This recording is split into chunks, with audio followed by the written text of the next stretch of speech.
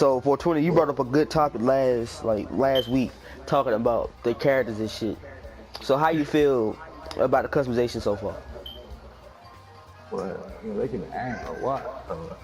The thing about where they need to start is obviously the fighting styles. I think that of course, everybody's getting a little bored of having the same fighting styles. Nobody wants to do make the CAC. Or the only reason people really like the non-CACs or the in-game characters is because the combos are cooler. They're a little bit more unique, not as generic. So I think that maybe we should probably take into consideration the size of the frame of the character.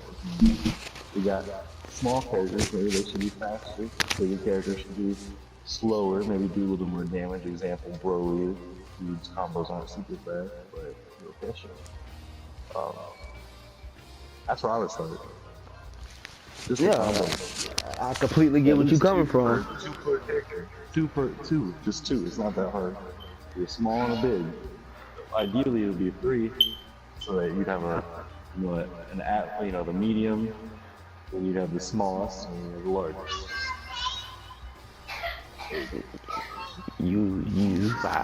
I completely get what you're coming from. Like, I wish the customization was similar to how Ultimate Tagachi was, because it wasn't nothing wrong with the character creation in that game. It was just how the game played. And every freaking piece of clothing you can change the color of, and goddamn hair spiked up, tails move. Wait, did they move? Your tails fucking move. Yeah, they move. You got motherfucking. You can get, after you complete the master training, you get their fight style. And having so many masters in the game, adding that would actually bring life to the game. It's been 9 long years. 9 whole ass years. And that's a long time. I'm not even gonna hold you. 9 years is a long ass time, but it's been 9 years. And Xenoverse has been running for that long. Dragon Ball Xenoverse 2 is a game that launched in 2016. I am 24. Alright, I get married in 2 weeks. Alright, I'm 24. Xenoverse 2 dropped when I was 16. And the clip that you'll see before is from a 2017 video. And back then, I had expectations for Xenoverse 2. I had expectations for Xenoverse 2. And I believe that Xenoverse 2 could have been the best Dragon Ball game to exist. I really thought they could dive in and make the game bigger than what I thought it was already. Xenoverse 2, when it first launched back in 2016, had promise. I'll tell you that. Before I even get into my problems, let's say, let me explain myself. Alright, for people who don't know who I am, I'm Avant7. I stream on Twitch. I started streaming back in late 2020, and one of the first games I ever played was Xenoverse 2. The Xenoverse 2 Twitch community, I love them boys. Rare Saiyan, Aqua, Cujo, my goats. But I was a part of it. I streamed on there almost every day. Had tournaments and shit. It was a fun time. Xenoverse 2 was my source of content for about 2 years. I played Xenoverse myself off stream since 2016. I played the beta, and I was so down bad, chat. I was so down bad to play Xenoverse that back in the day on the PS4 days, they had this shit called I think it was the share play shit. It was some type of glitch that you can use to play the beta even though it was offline. And I played that shit every day until the game launched. So I have been playing Xenoverse 2 since the very beginning. I watched all the press videos from T-Rex, Afro Senju, Rhyme Style, all the shit that Bandai everybody who was invited by Bandai to play the game early, I watched that. And from seeing the major improvements from Xenoverse 1, looking at Xenoverse 1 and seeing Xenoverse 2, you see one big upgrade. Like, it's understated now because how small, how not even small, how long Xenoverse has been around. But that upgrade, that jump from Xenoverse 1 to 2 was insane. Like, those games look like they from two different eras. Xenoverse 1 looks unplayable compared to Xenoverse 2. And seeing those improvements from the previous game led to a lot of expectations. And I get what people say. Like, people say, well, you know, you shouldn't have your expectations for anime games, right? Or if you want said thing, buy the game on PC. You know what I'm saying? Buy the game on PC and mod it yourself. And the modded community in Xenoverse is strong. You know, I'm a little envious of the modded community because they have so much good shit over there. And when you come back and look at vanilla console Xenoverse 2, it's like, bro, what is this? And that's winning the game, right? That's winning the game. Any game is like that. So, you know. But to get back on point, the expectations that I had for Xenoverse 2 back in 2017, that's what the video came from, right? That's where that clip came from. The clip came from July 5th, 2017. You know, just ask for minor shit. Moving tails, hair spiking up. I just don't understand how hard it is to implement this in the game. I don't know if it's an engine thing, but I know from my group of friends, and I know from like the voices of the community, this is like minor shit that niggas have been asking for Dragon Ball Xenoverse 2 since the launch date. Matter of fact, Dragon Ball The Breakers legit has that, right? It has the moving tails, it has the spiking up here, and it's the same engine. You can start up the breakers while in Xenoverse 2. Dog, I'm gonna be real with you, I don't know what the fuck they got going on. I'm gonna be real, I really don't. My dream version of Dragon Ball Xenoverse 2, my dream version of Dragon Ball Xenoverse 2 is that it would treat itself like the MMO it is, like the online game it is, and embrace that and be treated as if it's like similar to Destiny 2. Destiny 2 and fucking Xenoverse is kind of similar. They low-key kind of similar.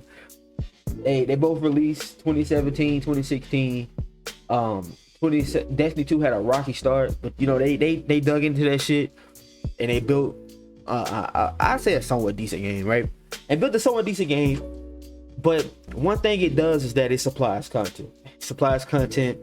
They somewhat listen to the fans, and they don't go months without content. All right, Xenoverse 2 does this shit, and I'm about to get heated. All right,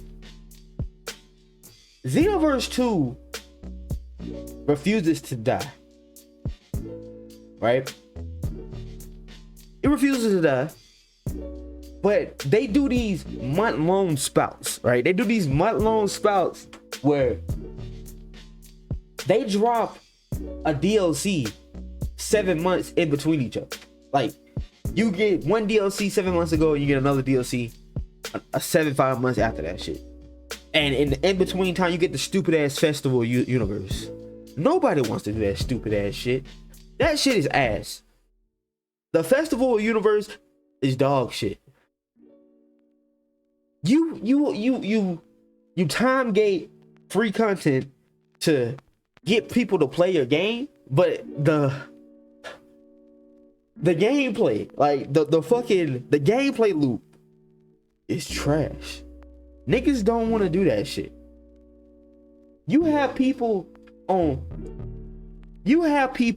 who result on console. And I don't even know how is this possible, but there's a whole black market fucking scheme going on when it comes to these anime games, right? People legit sell modded saves. People sell modded saves on PlayStation 5, PS4 for Xenoverse 2. And they get all the Festival Universe shit for free. Well, not for free, they pay for it. Niggas rather, people rather pay for the Festival Universe stuff than actually sit here and grind. And that should say something, right? Because Dimps doesn't allow that feature itself. It's really insane. I'm not even gonna hold you. But however, I feel like I can't say anything that other people haven't said, right? That's people like Zeno Coffee, Cabby, you know, fucking Steve OJ. People who've done content in this game, right? People who modded this game, right? Who knows the game files, who knows the bread and butter of the game. People who've been doing this since 2016 and made careers off this said game and off this franchise have said already, right? But it's ridiculous. This shit is ridiculous.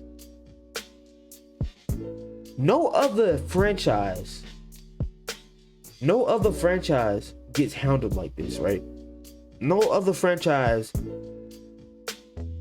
gets mediocre like this. And Xenoverse 2 is mediocre, right? No other game would have a game like Xenoverse 2, an outdated game like Xenoverse 2, run this long into 2025 and still have future DLC. Most anime games will be on their fourth or fifth sequel by now. And people will be like, well, it's good. They're not just giving us slop for sequels. No. If we was to get a sequel to Xenoverse 2,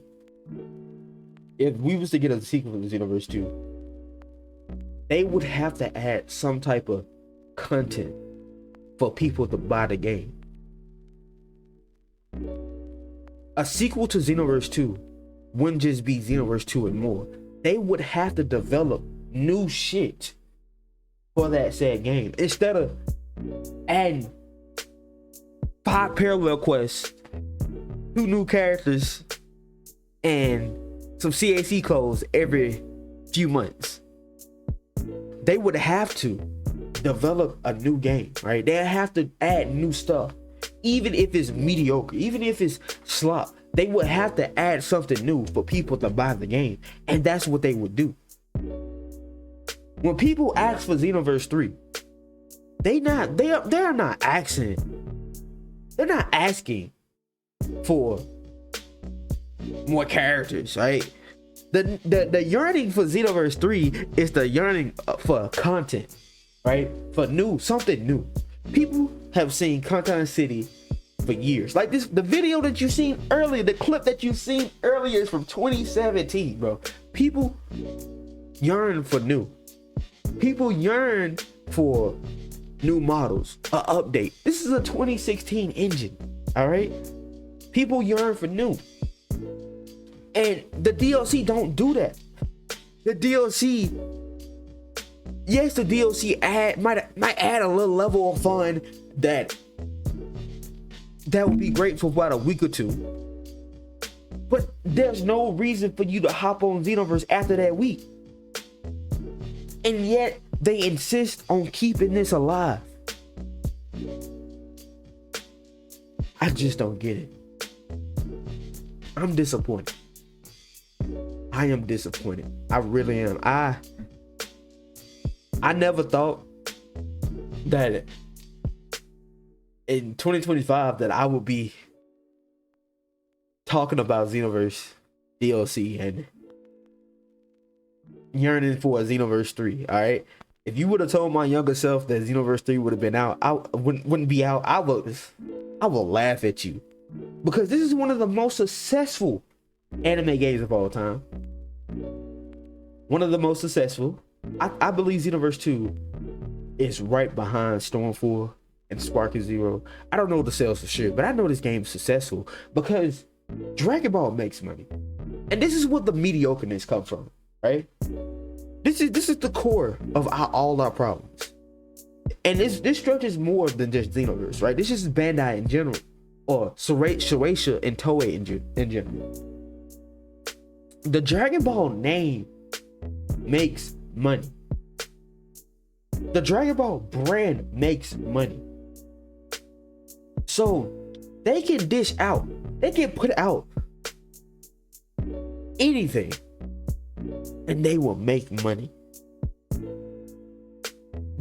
For instance, they can drop a base Z Broly and make $1 million. They did it. Most Dragon Ball games are bare bones. Most Dragon Ball games are dry. All right, they're not moist. They're not soaked in content. All right, and they don't get treated like other games. Right? They end up missing shit. They end up lacking something. Like for Spark and Zero, right? Spark and Zero is in a problem right now where the whole community is turning against Spark and Zero. The whole community is talking about, oh, we were scammed. We was hold. All right. They fooled us. You know, they bamboozled us. But in all honesty, did they really? They didn't. The fact that Dragon Ball sells, no matter what people do, enables companies like Bandai, developers like Spike and Dimps to just be mediocre.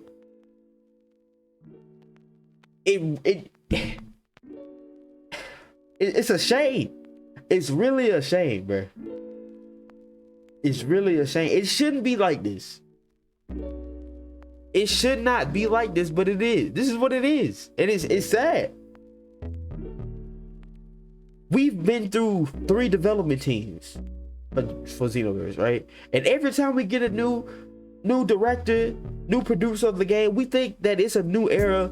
Shit about to be sweet, fine, and dandy. No. It's still mediocre. As I get older, and I start to see shit, right? I start to peep shit. I start to see problems, right? I start to see the problems. I start to see the vision. I start to see what be going on. And it gets hard, right? It really do gets hard to try to continue to support anime games in general. But it gets hard as a Dragon Ball fan, right? It's really hard. Because you will have so much love for Dragon Ball. And you will love Dragon Ball so much. And you will want your franchise to get treated with respect as any other popular IP out there. But the people who owns and have the rights to do such thing, they don't give it that same respect. It's hard. It's really hard out there. It really is. And I'm disappointed. I'm disappointed in the state of Dragon Ball. I'm disappointed in the state of Xenoverse, Spark and Zero. I feel like all branches of Dragon Ball should be better than what it is. My disappointment goes to the manga, right? The manga has been on hiatus for 2 years. And that's Toei fault. That's Shueisha. My disappointment goes to Toei, Shueisha, Bandai, Dimps, and Spike Chunsoft. It's insane. It really is insane, right? And I'm not trying to sound like a super Itachi. I'm not trying to feel like I'm whining or complaining, but when you love a game, when you love something in general in life, and this is a life lesson for life in general. When you love something, you will want that thing to be the best version that it is. And you would push and strive and motivate that thing or try to get that thing to the best version it is. And that's all I want for Dragon Ball. All I want for Dragon Ball to be the best it is. All right? Toriyama's not here with us no more. R.I.P. the GOAT. But I would want these companies, I should say, to give it more respect. Treat it well. And don't feed us breadcrumbs, bro. Don't give us breadcrumbs. Don't do that. Don't just take the money from the fans, you know. Don't just take the money from the Dragon Ball fans. Treat the fan base and treat the IP with respect. And that's all I ask for. That's all I ask for. Xenoverse 2 can live. There's a world, there's an ideal out there where Xenoverse 2 could live. Xenoverse 2 can still be played. They can still update the game. You can still get the Xenoverse 2 DLC. They just have to do better with his content. They have to do better with his content. They have to give me a reason to log on the game. Sparking Zero could be better. You know what I'm saying? Sparking Zero could give me a reason to play the game. They just have to do better. If they, I don't know if they will. I don't know if we'll ever see the day. I don't think we'll ever see the time where these companies would treat Dragon Ball better than what they do now. But I mean, shit. Here's to being hopeful. All right. I hope we reach that. Today, this video is being recorded on 5/9 on Goku Day. And it looks like 2025, we're not getting any announcements, which is, albeit that is sad, but I mean, here's the hoping for the future. Here's the hoping. I really do hope for it.